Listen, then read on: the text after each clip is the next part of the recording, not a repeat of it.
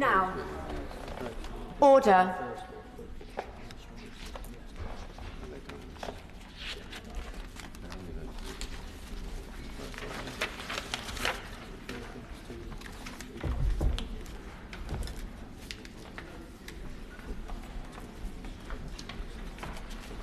Order. Non-domestic rating bill.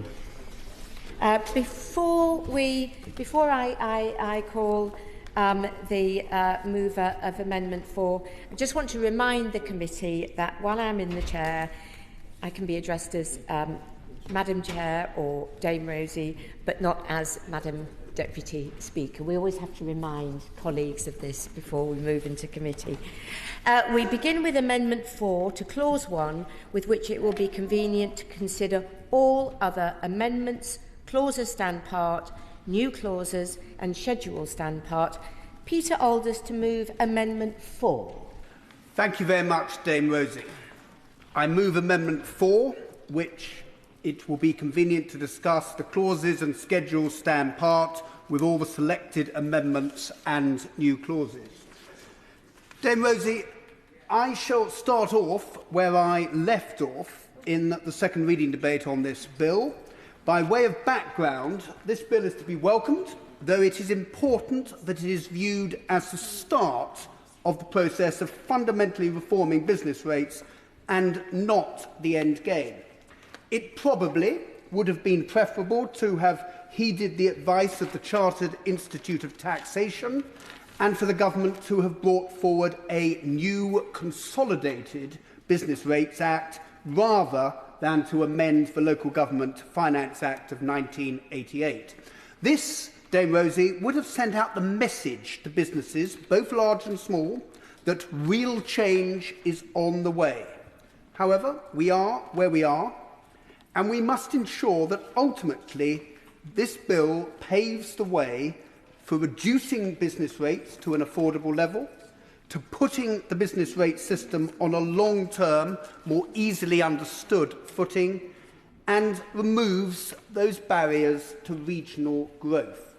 We must have in mind the ultimate end goal, which should be to get the uniform business rate multiplier back down from an excess of 50p in the pound to the more affordable 30p in the pound, which is where we started when this system came in the early 90s. To get to this, we need annual valuations, we need the abolition of the multitude of complicated reliefs, and we need to digitalise the Valuation Office Agency. This bill, Dame Rosie, does move us in this direction, perhaps a little too tentatively.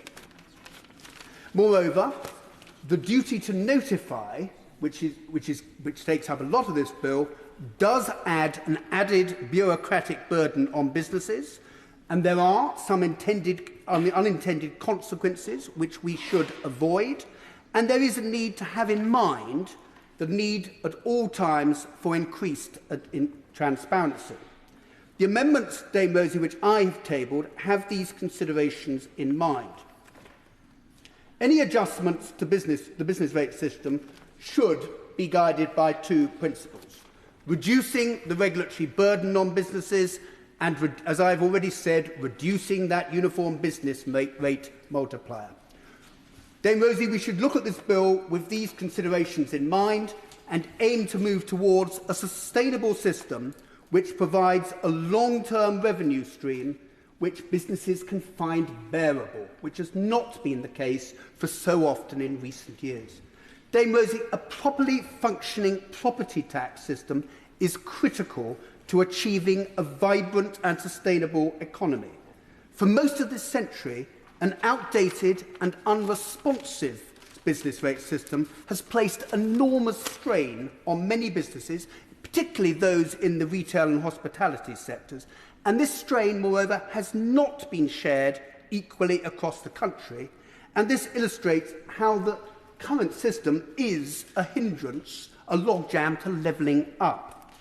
We need non-domestic rates to be more responsive to changes in the economy so as to ensure that the system does not place an undue and unfair strain on businesses. If we can achieve this, we shall be more able to attract long-term investment into our towns and cities, and we shall be better placed to meet other vital policy objectives, such as revitalising our high streets and achieving our net zero aims and goals. Dame Rosie, clause 5 of the bill relates to the frequency at which revaluations take place. And as I have mentioned, we need to move to that end goal of having annual valuations. This way, business rates will be more in line with the economic outlook. Amendments 6, 7, 8, 9 and 10 in my name are tabled with this objective in mind. In order to achieve a responsive business rate system, valuations should be carried out as regularly as possible. The bill makes a good first step by increasing valuations from every 5 years to every 3 years, but there should be flexibility to allow a future government to have more frequent valuations, ultimately every year. Annual revaluations would bring bills more in line with actual commercial property values rather than lagging many years behind. Even with a 3-year list and a 2-year antecedent valuation date, occupiers will find themselves in early 2026 paying business rates bills based on valuations from nearly 5 years beforehand. Annual revaluations are essential if the government is serious about modernising the business rate system. They take place in places as diverse as Hong Kong and the Netherlands, and thus there is no reason why they should not take place in England and Wales.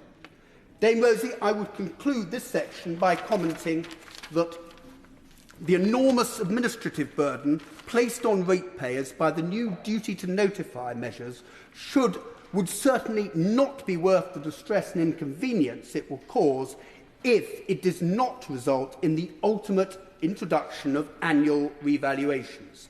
It is in this context that I would urge the government to give full consideration to these amendments. Dame Rosie, clause 13 sets out the requirement for ratepayers to provide the information. This is the new duty to notify, which, as drafted, places an unnecessary burden on businesses. Amendments 13, 14 and 15 have the objective of reducing this burden and introducing penalties on the Valuation Officer Agency. Amendments 18 and 19 relate to clause 19 and ensure that guidance is made available to business ratepayers before the duty to notify comes into effect. The new duty to notify will place an onus on all ratepayers to provide the Valuation Office Agency with any information that they reasonably believe could impact on the business rates valuation. This, Dame Rosie, is an enormous additional ask, not least for those 700,000 businesses who up to now have not been subject to business rates and may be completely unaware of what is proposed. The duty requires the ratepayers to notify the VOA of changes to their properties within a 60-day window, with the risk of financial sanctions and even imprisonment if they fail to comply. Dame Rosie, myself as a former chartered surveyor, I cannot see how such a burdensome duty on all commercial property occupiers, including, as I have said, current non-ratepayers, can be justified as necessary to administer a move to 3-yearly revaluations. This duty might be bearable for businesses if it assisted the VOA with its administration of a move to annual revaluations. For small businesses, it is going to cause more pain than the gain that will be derived from moving to 3-yearly valuations. The new duty will leave many ratepayers wondering as to what might qualify as a notifiable change. The VOA is yet to publish any guidance, and thus many businesses will take no chances and will notify the VOA of any changes to their properties. The VOA will hence be hoisted on their own petard, as they will be flooded with paperwork. Dame Rosie, as I mentioned in the second reading debate, many businesses, particularly SMEs without any rating expertise, will turn to rogue rating advisors for help. Business rate advisors do not require a licence to practice, and many unscrupulous operators will see the new duty to notify as an opportunity to take advantage of small businesses. Dame Rosie, whilst the ratepayer has a short period in which to notify the VOA of any changes to the property, as the bill stands, the VOA has no such obligation. They can, in effect, respond to notifications at their leisure. I'm therefore proposing a reciprocal provision that places on the VOA a 60-day time frame in which to respond to notifications with rebates to the ratepayer equivalent to the fines set out in clause 13 accompanying a failure to comply. Dame Rosie, clause 6 is a short and simple, but nevertheless extremely important clause, in that it gives effect to the removal of downwards transitional phasing, as was announced by my Right Honourable friend the Chancellor on 17th November of last year in his autumn statement. This, Dame Rosie, was a positive step. But clause 6, as drafted, does not permanently remove the threat of downwards phasing, which is a punitive tax that unfairly penalises occupiers whose rateable values have fallen. It is wrong to force those whose property values have fallen to subsidise those whose property values have risen. The clause as it stands simply removes the requirement for a transitional phasing mechanism to be revenue neutral. This means that the government no longer needs to fund any upwards transitional mechanism with a corresponding downwards transitional mechanism. However, what this means is that a downwards mechanism can be easily introduced by a future government without any parliamentary scrutiny. Amendments 11 and 12 plug this loophole and permanently abolish downwards transitional phasing. If any future government wants to reintroduce it, they should come to Parliament and make the case for it, rather than bringing it in through the back door. Dame Rosie, Amendment 16 deletes clause 14, which from my perspective is inequitable and unfair to businesses. As it stands, clause 14 exempts government legislation as qualifying for the pursuit of a material change of circumstances. This would remove a vital check on government and would allow future governments to legislate with impunity at the expense of businesses right across the country who will have no recourse to challenge legislation that interferes with their ability to do business.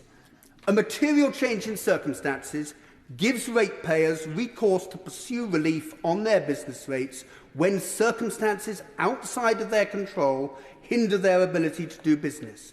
What clause 14 does is to exempt government legislation from being a qualifying reason for a material change in circumstances.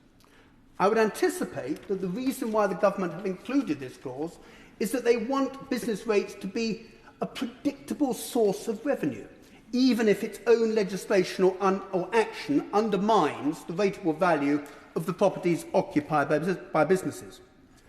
During the COVID lockdown, Dame Rosie, so as to prevent the spread of the virus, the government forced a number of businesses to cease trading. However, instead of accepting that there had been a material change of circumstances for those occupiers and allowing appeals to be lodged, the government introduced a locally administered compensation scheme. Now, with clause 14, the government is seeking the freedom to introduce any legislation at any time that might alter the rateable value of a property. Dame Rosie, this is both unprecedented and wrong. Clause 14, I would suggest, can be viewed as a power grab that sets a dangerous precedent and tells occupiers that they will have to accept the detrimental impact of legislation on their ability to do business with no legal recourse available. Amendment 16 deletes clause 14, restoring the ability of ratepayers to claim a material change in circumstances, regardless of how the change in circumstances arose. Dame Rosie, Amendments 4, 5, 17 and 25 amend and add to clauses 1 and 14 and Part 1 of the schedule. They address an issue, a niche issue, actually, albeit an extremely important one. The out-of-home advertising industry, which includes adverts on billboards, walls, digital posters, street furniture, bus shelters, buses themselves and railway stations, those that we see as we all go around our lives every day and probably take for granted, these are an important form of income for local authorities, and it is estimated that almost half of the revenue generated goes back into local communities. These amendments abolish the liability to non-domestic rating in respect of advertising rights. The removal of business rates on advertising rights from the rating list would have three advantages. Firstly, it would increase the value and level of services provided by local authorities. Secondly, it would remove a competitive disadvantage to growth which impacts the out-of-home advertising industry, which does not apply to its rival broadcast, print or online media. And thirdly, it would reduce the high level of inefficiencies relating to advertising rights through the VOA, local authorities and the out-of-home advertising industry. The bill as currently drafted will directly and adversely impact on the industry's ability to invest in local communities, and it runs contrary to the bill's objective of reducing barriers to business investment. In 2023, Dame Rosie, business rates charged on advertising rights are an antiquated, out-of-date and ineffective tax. Advertising rights are the only remaining right attracting liability to non-domestic rating. The liability to non-domestic rating in respect of sporting rights was abolished by the 1997 Local Government Rating Act. Amendments, as I've said, 4, 5, 17 and 28 remove this anomaly. In conclusion, Dame Rosie, I do have enormous respect for the Minister and also for his co-sponsor of the bill, my right honourable friend, the Financial Secretary to the Treasury. And whilst the Treasury aren't on the front bench at the current time, I'm just mindful that this bill has been drafted very much from a Treasury perspective, gathering in all that money, which is incredibly important, don't get me wrong. But can I suggest that we also need to look at this through the prism of business? And what business needs, whether that is large, medium, small, what they need is confidence and uncertainty. And they also need a fully reformed business rates system that takes on board, I would suggest, some of the amendments that I've put forward. And what this will do, if we have that fully reformed system, what it will do, businesses will know where they stand. They will know that, they'll know the business rates themselves will not be that great, the sort of elephant in the room for businesses at the moment. And what they will be able to do, they will be able to invest, to build on their businesses, to expand their best businesses with a degree of confidence. What that will do will lead to increased profits. And what that will do, joy to the Treasury, is increased taxation. And so what I would say, the bill does make a start on this. What we can do, and what we should do, is actually, this bill provides the opportunity to turn what is the vicious circle of business rates into a virtuous circle. Thank you very much indeed, David.